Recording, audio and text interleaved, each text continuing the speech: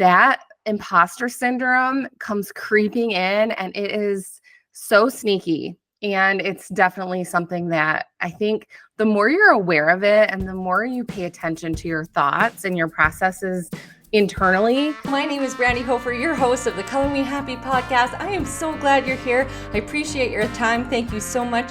If you want more weekly content just like this, be sure to like and subscribe to our channel. If you have any questions, feel free to reach out on Instagram at Brandi Hofer Studios anytime. I'm happy to chat. That's where I sit. And I'm so glad you're here, and I cannot wait for you to dive in. So give us a like and subscribe and check the rest of our channel out.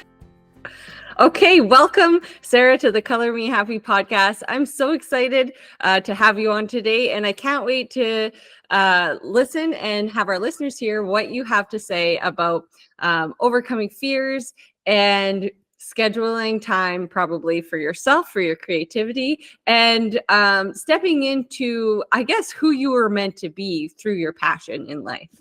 Oh, I love that. Thank you so much, Brandi, for having me on your show. I am a huge fan of you and everything that you do, and it's just an honor to be here today. So thank you so, so much. How do you want to get started?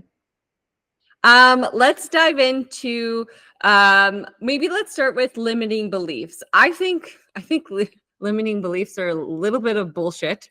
And it's just kind of like an excuse. It's like, oh, I have this, although I do have limiting beliefs that held me back for a really long time. One specifically was that I held on to from art school, but okay, so I want to take that back. I don't want you to use limiting beliefs as an excuse, right? One limiting belief that held me back was what it looked like to be a successful creative, right? And that I couldn't educate. And education has helped me grow and connect with so many people on this like crazy level, a really empowering, fun level, that it's been the best part of my career, basically. And for over 15 years, I had this crazy like thing that like I only could be an artist if I was showing in a gallery, which I was, and selling artwork, and that's all I could do. And honestly, it held me back emotionally. I was suffering from burnout. Financially, I was really held back, like so many things. And when I opened up that door, so if you want to talk about how to overcome those limiting beliefs, and we can give people tips about how we did it, you know what I mean? Because again, 15 years is a lot of time to learn something and what to do and what not to do. And you're a practiced artist as well in the art world, and what we know from the art world and how this audience can benefit. And with your making calendars as one source of income for creatives is a great way to, you know, have that extra stream. Yeah. Okay. There's a lot to unpack there, Brandi. I love this topic. I could talk for hours on this. Just to give your listeners a little bit of a backstory, I'm a Michigan-based artist. I'm a painter and a mother to 3 also. I have 3 daughters. So a little different experience than what you have, Brandi. Different challenges, right? And I have been, I did go to art school and I graduated in 2005. So I'm getting ready to celebrate my 20th anniversary being a professional artist, which is wild. That is so crazy. Congratulations. Yeah, I know. I'm celebrating a big way. The university that I went to, I've been working with them the last couple of years, and they're giving me a solo exhibition, and I'm going to be offering workshops with the students. And also I'm giving a public lecture there this fall. So I'm just getting more connected to art school, and that's another topic. And okay, so I have definitely been through my fair share of limiting beliefs. And how do you overcome that? Because I do believe that being an independent artist and putting yourself out there is so challenging. And I don't know about you, even with a family and your time constraints, I think the bigger challenge is the mental aspect of it, no matter what. So whether you have a family or not, if you're an artist and you're putting yourself out there, that imposter syndrome comes creeping in, and it is so sneaky. And it's definitely something that I think the more you're aware of it and the more you pay attention to your thoughts and your processes internally, you're really, really going to notice and you're going to be more equipped to overcome these limiting beliefs. So I don't know if I answer your question, but do you want me to go through some of my limiting beliefs or what do you think? Yeah, I would love to share or I would love to hear that. Okay. Well, big limiting belief when I started out, because I did go to art school and I definitely had some really, really awesome professors that helped me. And then I had some that did not and planted some definite seeds of doubt.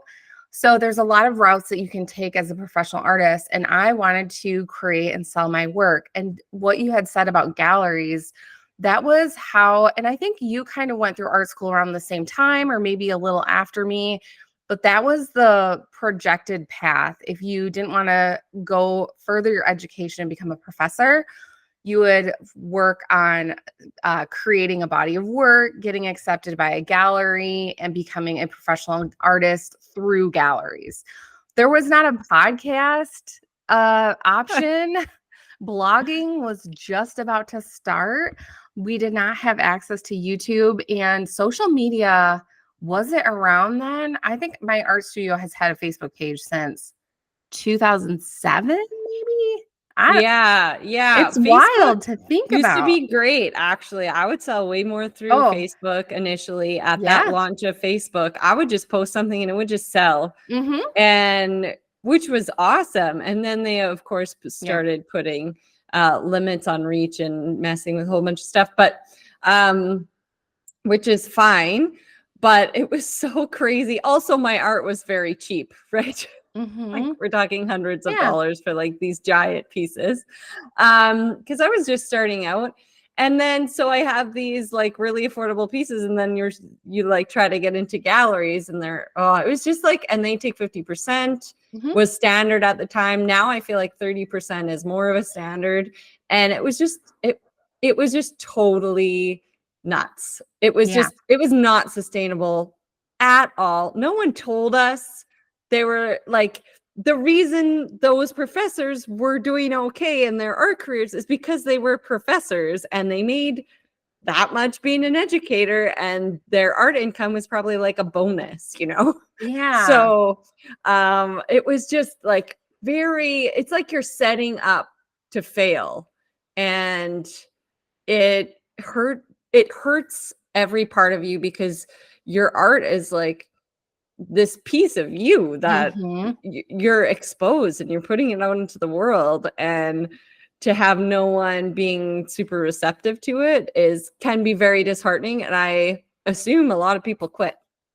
Oh, yeah, definitely. And okay, so other limiting beliefs, I believe, okay, if you sell your work, it's considered commercial, and that was like a really bad, so, ooh, I don't know. I'm thinking of a couple of professors in particular that I had, and just hearing their voice in the back of my mind of that if your work looks commercial and it would fit in a home space, that was not a good thing. Yes, I That we were remember here to that make too. higher level, quote unquote, art.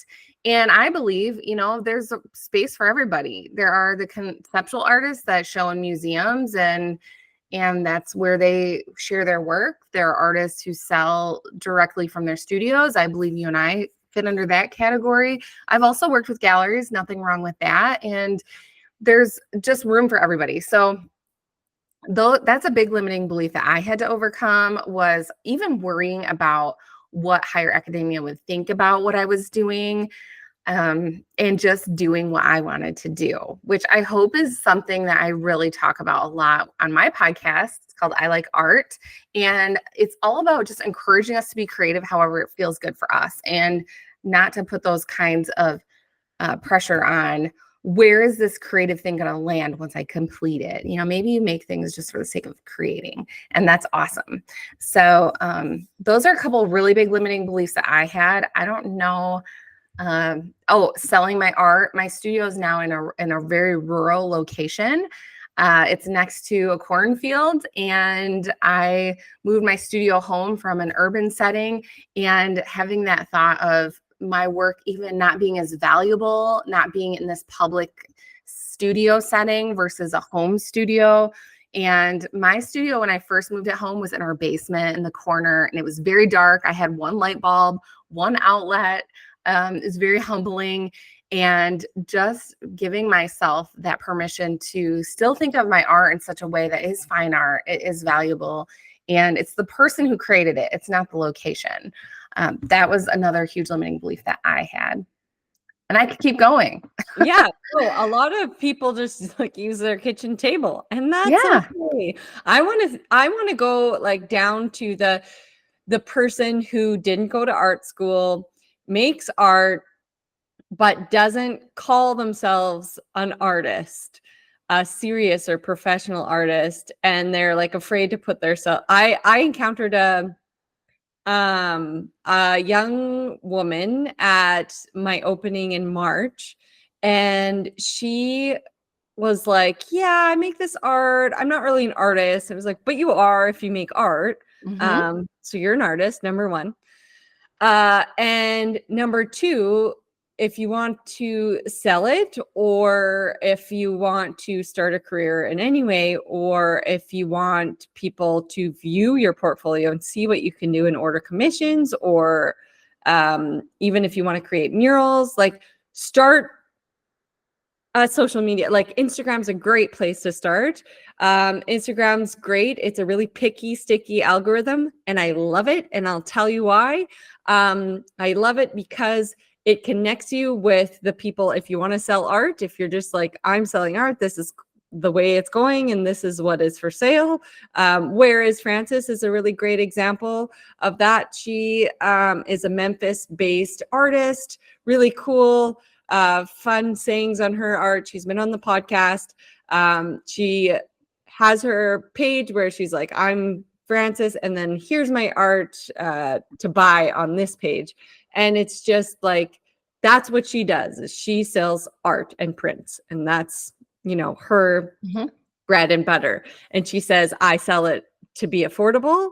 I put on sales because I sell art, and that's what I do. I want to get in as many homes as possible, and I'm not ashamed of that. It shouldn't sit back here in my studio. She moves studios. She does really well. So, and then if you want to do murals, you can just start doing them in your home or offer it to your friends. Yes. I have some huge DIY friends who are like, I want to get started, and they're huge now. They're like, I did this cool little under the stairs cupboard thing for my friend, except it was like super effing cool. And like the lighting, wallpaper, everything, like a cupboard under the stairs, that is amazing. So start sharing, start making a plan, and just call yourself Andrea. Do you know Andrea Nelson Art? I think I do. She's always like, if you want to paint blueberries, you got to check out how I do this with watercolor paper. And she like gets in the camera like that. Huge following, very successful, sells a lot of stuff through Amazon, another income stream, right? Sells her brushes, sells her kits, sells her whatever. She was like, I'm not really a professional artist, the other day on her page. And I was like, what? No. And this comment got a ton of likes on her thing. I was like, you are in bold professional. Like, doesn't matter. Like, you are so far beyond. And it's crazy. So you can get to all these levels and still have that crazy limiting belief. Yes. Can I say something off of what you said? I love all of this. This is amazing. Okay, I don't remember where I heard this, but it's the same analogy. Okay, and I love this so much, is if you want to become a runner, you put on your running shoes, right? If you want to be a tennis player, put a tennis racket in your hand and go play tennis. And I think there's this cultural way of thinking where if I'm not able to sell my art, I can't become a professional artist. However, we have a huge running community everywhere, and people are out there running, whether or not they're going to make it to the Olympics, they're running, right? If you can run 10 feet, you're a runner. So I love how sports and art can kind of you can use those as parallels. And absolutely pick up a paintbrush. You're an artist. So I applaud that. Amazing. Thank you Yeah. for sharing that. And let's hit the projector thing. That also, like, the quality of my work, because in art school they said using a projector was cheating. Oh, yes. Yes. Holy I own shit. a projector. It's a powerful So tool. I think I was pregnant with Finn, my second child, and I went to what is his name again? I went to Justin Ogilvy's workshop in Red Deer where I went to school, where I went to college for the first 2 years. And then I went to NASCAD University in Halifax, which I had a terrible time there. Red Deer was great. So I went back for a workshop at the college, and he's a portrait artist, really amazing Canadian artist, makes his bread and butter clearly from these workshops that he hosts at different universities all summer. Mm-hmm. And he was so great. And we were doing figurative painting. So it was right off the form, very traditional art school setting. Like, you're doing nudes and you're creating right there, learning to sketch. And he sat me down and finally was like, Brandi, all the artists you love, I know 100% they're using a projector. Stop gridding and wasting. I've wasted so many hours gridding because I wanted my portraits. I didn't want them to be wonky. That is a different style. If that's what you like, that's okay. I wanted them not to be realistic, but I wanted the stuff to be in the right place. So here I'm on my pregnant with my second kid. I got a projector, and it was like quality of work went up like 1,000%. So I had already been a practice artist. Finn was born in 2017. I graduated in 2008, but I was selling my work before then. So I'm like 2007, 2006, I would say I like really was selling, and I was like an artist. Like I said, I was an artist, right? I started my business. So that's like, I'm terrible at math. Almost 10 years where I like spent time trying to make this work and this perfect portrait, like struggling. So now on social media, I'm like, use a fucking projector. Like, all my posts are like artist. As soon as you start using the word hack, by the way, on YouTube or anywhere or Instagram, people are like, I love this hack, hey? Even my kids, they saw I was working on my Instagram, and my son's like, what's that hack there?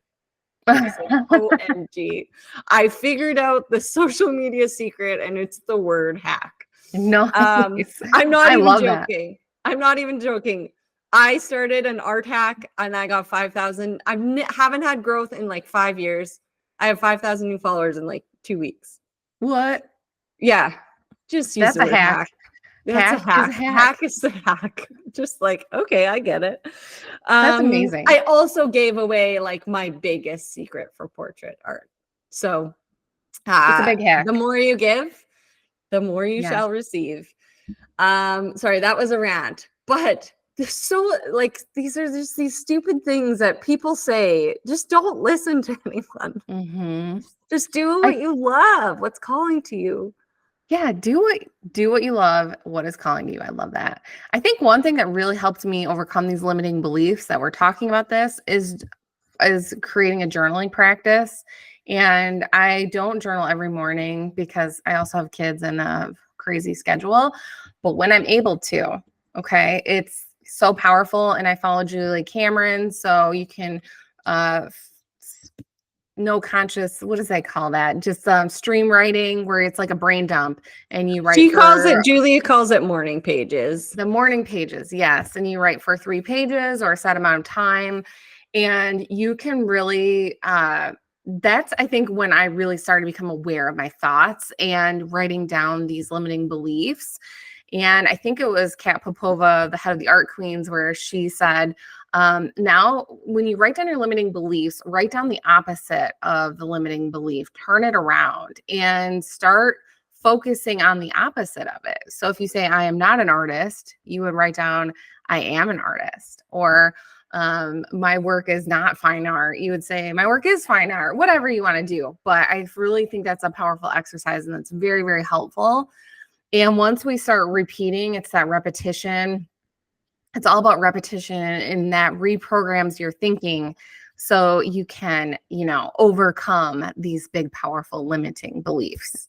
So, yeah, the projector, I definitely had that with art school. There were certain things, even certain mediums, our acrylic paint is not considered fine art as much as oil paint. Oh, And, I know. you know, Come off it. I remember that yeah. one too.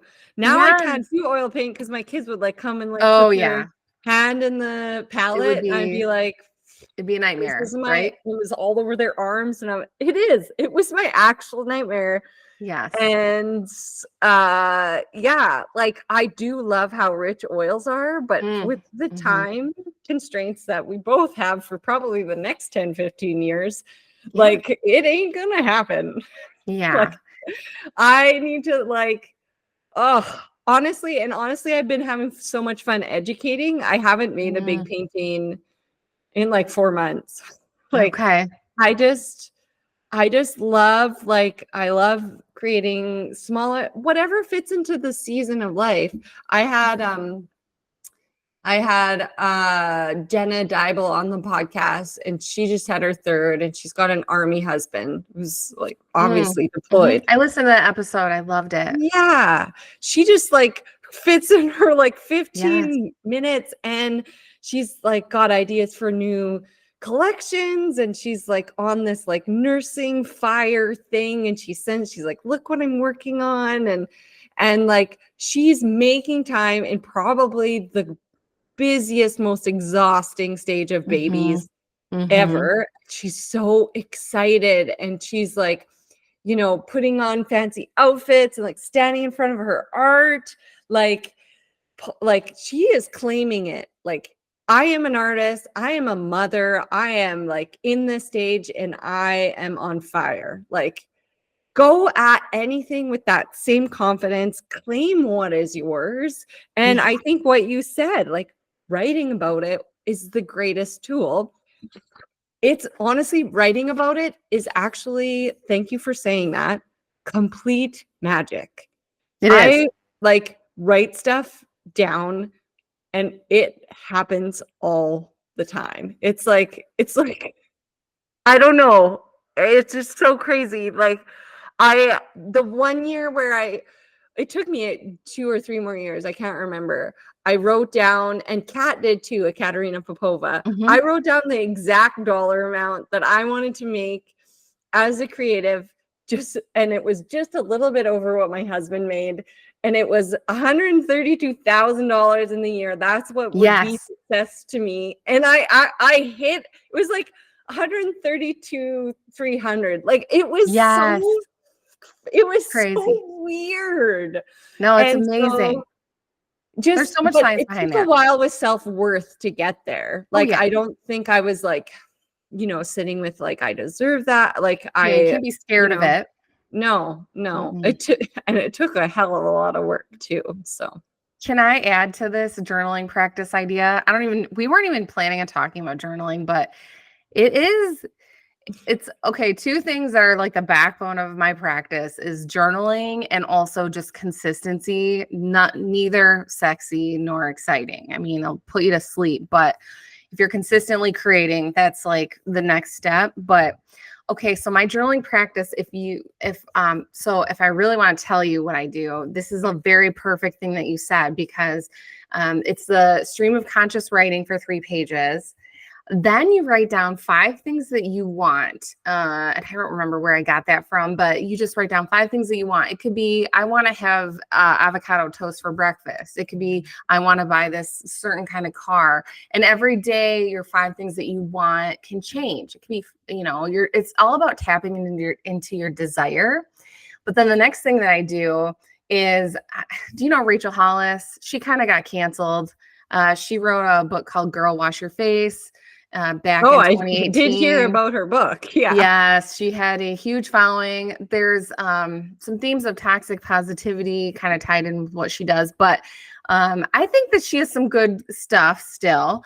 And back when I was really following her and reading her books, one thing that she taught me with her journaling practice is the 10 things. And it's what you said. It's just doing a brain dump of all the things that you'd ever want, all the goals, very specific, concrete goals. And then picking out the top 10 that excite you. It could be, I ran a marathon. And you have to write it as if you have already accomplished it. I make such and such amount of money per year. I sell my art to people in 5 countries. It's the more specific, the better. But you pick 10 items and then you write them on a sheet of paper. And you write those 10 goals and dreams down every day. So after I do my stream of consciousness, then I write down 5 things that I desire, which you definitely don't do all of this if you don't want to. Just pick what you want. It's like a buffet. And then doing these 10 dreams. And I ran a half marathon. I've hit some financial goals. Maybe you want to make 10K a month. I know that's a big goal for a lot of small business owners. Maybe you want to self-publish a book or get published like Brandi. And you write those goals down and then they actually do happen. And it could take years to get to, and you might change your mind. Maybe after 6 months, you reassess and you change those 10 things, but it's powerful. And if you do that as often as you can, then it's just something about writing it down on paper.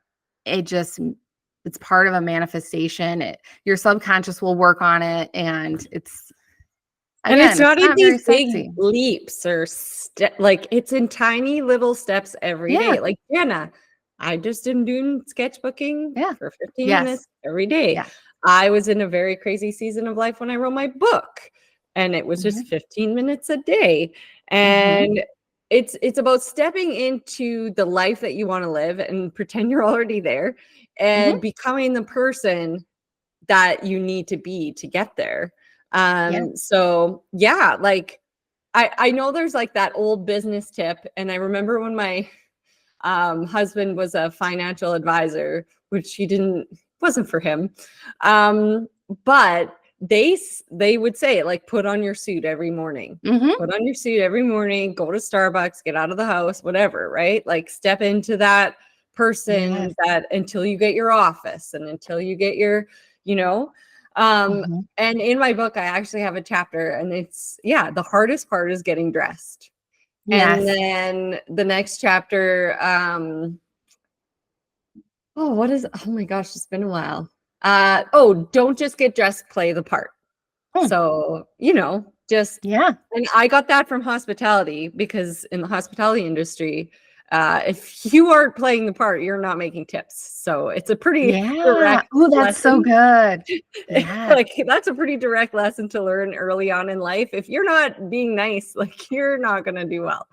Right. So like I had to wear a uniform. So I would put on like fun earrings and like a scarf, like scarves were in at the time. Oh yeah. My hair really nice. And honestly, like I didn't really want to go to the restaurant at 4:30. That was half an hour early. So I'd go half an hour early, be the first one to get there, the last one to leave. And by the end of that year, I had saved for my goal $10,000 in a shoebox for my first down payment on a mortgage for a home. Like it is like these small things. Did I want to be in the hospitality industry after I had graduated from art school? Right. Absolutely not. I wanted an art job. I worked in the hospitality industry, same after art school. Yeah. Like I made a goal to pay off my loans in a year, and I did that too. Like it's just when you set your mind, when you do these goals and pages and writing out your desires, it starts setting these things in motion. Yes. So one thing I didn't say was the 10. Pick one that you want to work on. So you're right. It's all about the baby steps. So pick one that just lights your heart on fire the most, or the one project that you really want to do, and pick that, and then do something that day that gets you closer. So, and really, if you're thinking about your art business, try to do the things that are lighting you up. So, for me, I will just list, and then you can list yours. As a multifaceted creative, I like doing murals. It took off and it's working. I like being an educator. I do that in a school. I started an art academy, and I do that online. So I've had a really big goal of this year specifically to really grow online. And it's happening. So hit it, and I set some crazy goals. I I also, those are my three main big ones. Yeah, I that's do great. love making art. I love making a collection yearly. It depends on how I'm feeling, but honestly, with the murals, Yeah. that's really like overflowing my creative cup, and they're very physical. So they're very tasking, and they're very community based. So I get to feel like Yes. community.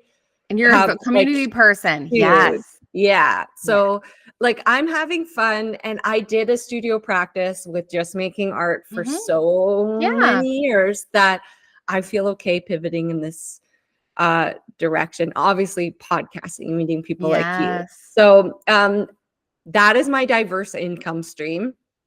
I would love for you to share yours, and then we can dip into what you're offering for creative. Yeah. Awesome. Okay. I also love the idea of seasonality, and I don't want you to minimize your own personal art practice. I see you, Brandi, in your mural era. So it's all about your creating a collection of murals. These are just larger pieces that you create. This is your art on a big scale. And you, like you said, you've created your own personal work, you've created collections, and you're putting that on the shelf for a little bit. And I think as a mom and a creative and being multi-passionate, just accepting that and just looking at our lives in seasons is super helpful. So you That are is great. gonna, the snow is gonna fly up where you live. I know it is. And then you're gonna be ready to be in your cozy studio making your next collection. And I can't wait. So it's all about that overall picture. And I don't know about you, but people have said, I don't know how you've done all these different things or these different income streams or these different facets of your art business. And it's not like I'm doing it all at once. You're not also writing your book. You're picking and choosing what's working for you in the season with your family and your balance and your business and all that. So I think that's beautiful. Okay, so what lights me up right now? What's lighting me up right now is, ironically, I've gone back to art school, and it's been very healing for me. All this stemmed from my podcast. My first ever college professor was listening to my podcast, had no idea. She reached out to me and said, "Hey, I would love for you to talk to my students, and would you be willing to do a presentation?" She got some funding for that. I presented in her class, which led to earlier this year in the spring, I did a workshop, and I came in as a visiting artist and did a workshop for 2 weeks, taught them a method of painting. And then this fall, I'm going to be doing a public lecture at my university. And then next year, I'm doing my solo show. So it's all about building these relationships too.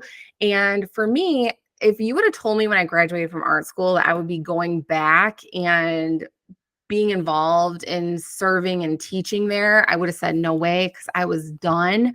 I had the biggest wounds. I was like, screw this. I didn't learn what I needed to. I felt very on my own. I also minored in business, which was the best thing I could have done at the time. So, but for my friends that didn't minor in business, I felt like they were even more just kind of set out. So a lot of things have changed. I'm going back. That's really lighting me up, is working with the next generation of artists and creatives. I'm also mentoring students, and I'm in this position where I'm ready to start coaching artists, because I've been doing this for 20 years. I want to work with artists on a deeper level individually. And that is really lighting me up, because we've made a lot of mistakes, right? We tried the things, and I feel like I have it's like I'm sitting on all this knowledge and I'm ready to share it. So that's super lighting me up. And a lot of the work that I'm creating is custom paintings on commission. And I really love doing that. I look at it as a partnership between me and my new collector or previous collector, and helping them create something that's a vision where they see my art, they're inspired, and we create something together. And I actually don't do portraits. I'm going to be taking your portrait class. I can't wait. So I will be sharing more of that, because I'm really interested in that. But limiting belief in art school is that I was not a portrait artist. So I've completely abandoned that. And have been painting landscapes and flowers and people's gardens. And that's a big thing for my commissions, is painting people's gardens and their adorable garden sheds, greenhouses, and their landscape. And It's amazing. So Oh, I cool. love I working can't with wait people. for you to combine like portraiture Yes. and that. I think it'd be a Yes. really cool combination. It's going to be perfect timing because my show, I'm having a solo show at the university. I mentioned that. And I have some pieces I want to include that are figurative. And I know that it's like perfect timing for me to learn from you because that's going to really help enhance the art. Because I have painting ideas where my daughters are in the painting, but it's not a portrait of them, but it's still figurative and very dreamlike. So I'm really excited and Well, our grateful. proportions hack will help you get Yes, there. perfect. I need that. I haven't taken a life drawing class in 20 years. So that really lights me up. I'm also doing a little bit of teaching online. I love teaching though. And I think that the universe rewards us for sharing our knowledge and helping, again, those next generation artists. And, if I used to think, if you make money from teaching, does that make you less of an artist? If it's, if you look at the pie chart and it's your artwork that you sell versus coaching and teaching. And sometimes I think it's just not proportional because we are being rewarded in a big way, helping the next generation. It's like a carpenter has you can apprentice with a carpenter to learn how to be a carpenter. It's the same thing, or electrician. We are doing that with artists, and that's huge. So I'm not like dissing the formal art school model. I think there's a place for that too. I just think, we all need to further educate ourselves and help them. It's like the ladder. Whoever's higher up on the ladder is going to help the people below them and pull them up, and we all lift each other up. So that's super, that is just something that I'm very passionate about, and I share that on my podcast. So I'd say commissions, teaching a little bit online, having my podcast. I'm probably going to forget something. And then this new body of work is super exciting. So I have 8 to 11 income streams all at the same time at any given moment. So it's just like whatever. Yeah, it's seasonal. And sometimes the pie looks different. Yeah. I did a diversify your income course it's on my website. It's with Shan and Amy, and we both shared both our pies from 2 different years. Yes.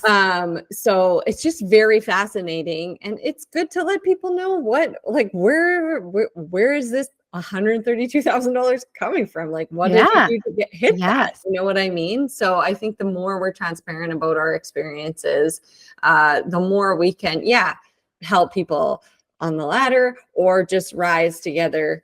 And I love that you took your negative experience, and now because you went through that, you're impacting other people's lives in a really positive way. Yeah. So it's amazing. It's so fulfilling to go back to art school and to be that supportive person. When I work with students, I give them my email and it's like, reach out to me. Let me know if you have something that's coming up. I'm here to support you, just to be a resource. So I love that.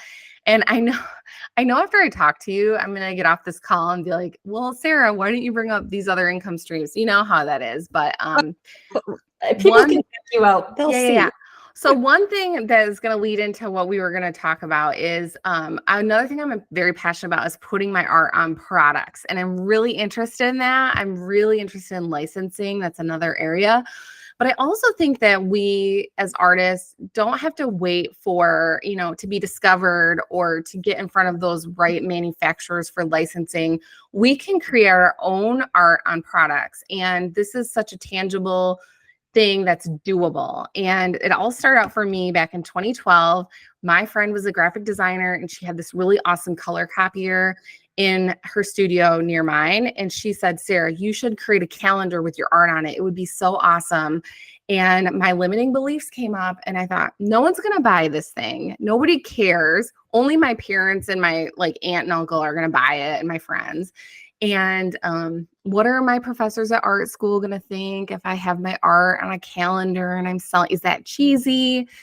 And she convinced me to do it. And I'm so grateful. So this is the first one. It's a 2013 calendar. It's adorable. It's little.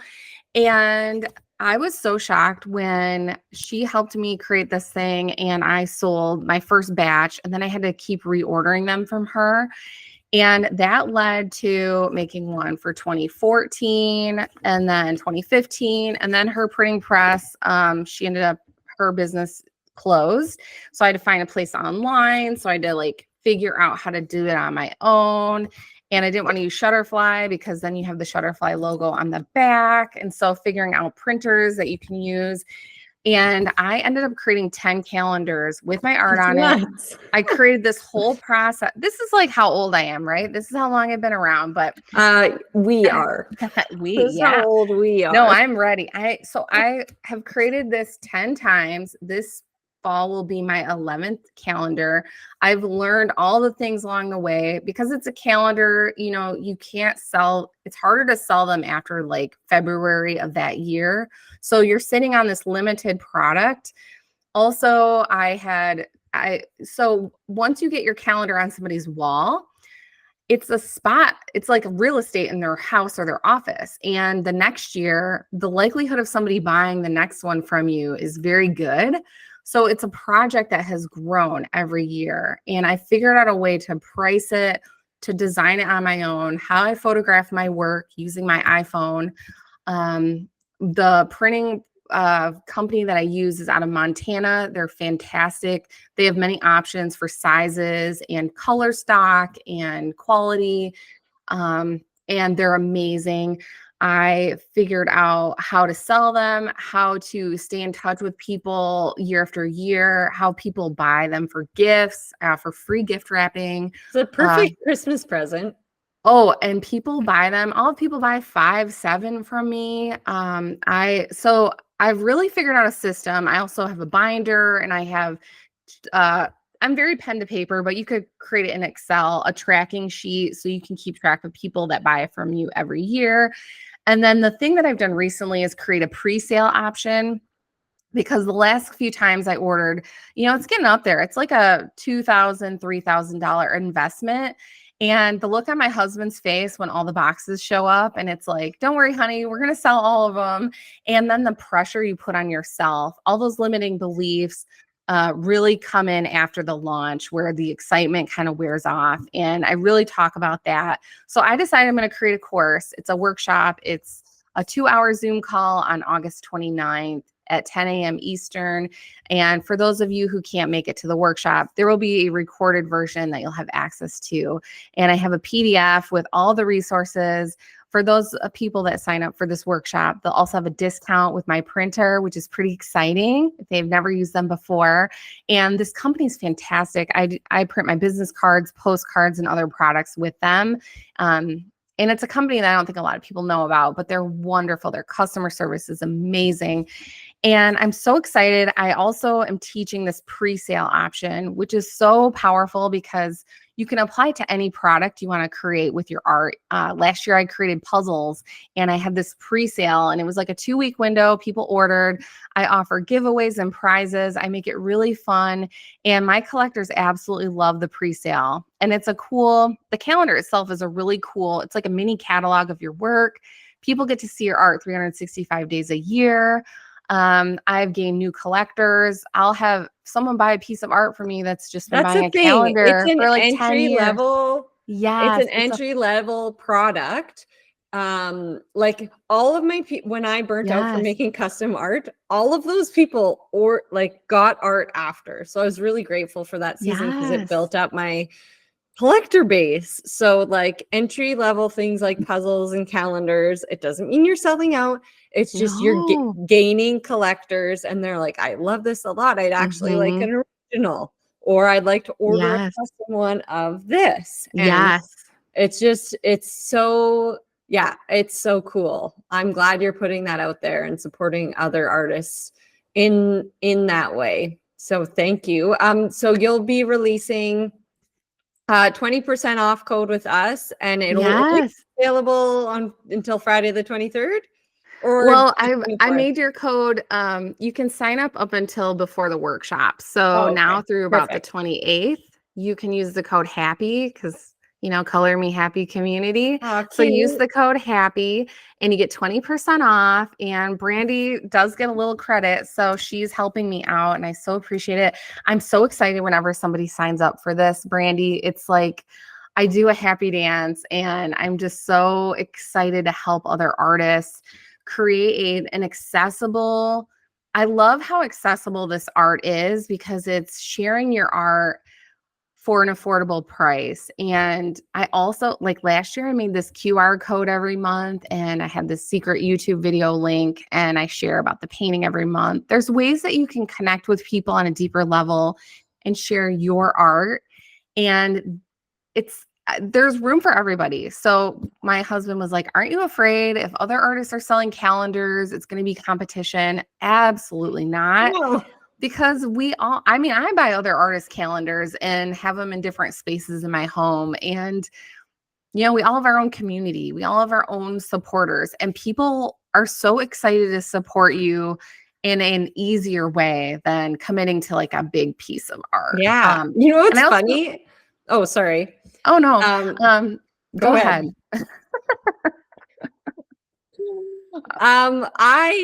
I ran, like, I did my own little BHA gallery, and I had a call for art, which was great. And we had lots of exhibitions, but it was just a lot of admin work. And so with how busy I was like, something's got to go. And so that went, even though it was pretty fun. And I got to meet a lot of creatives who I'm still in touch with today.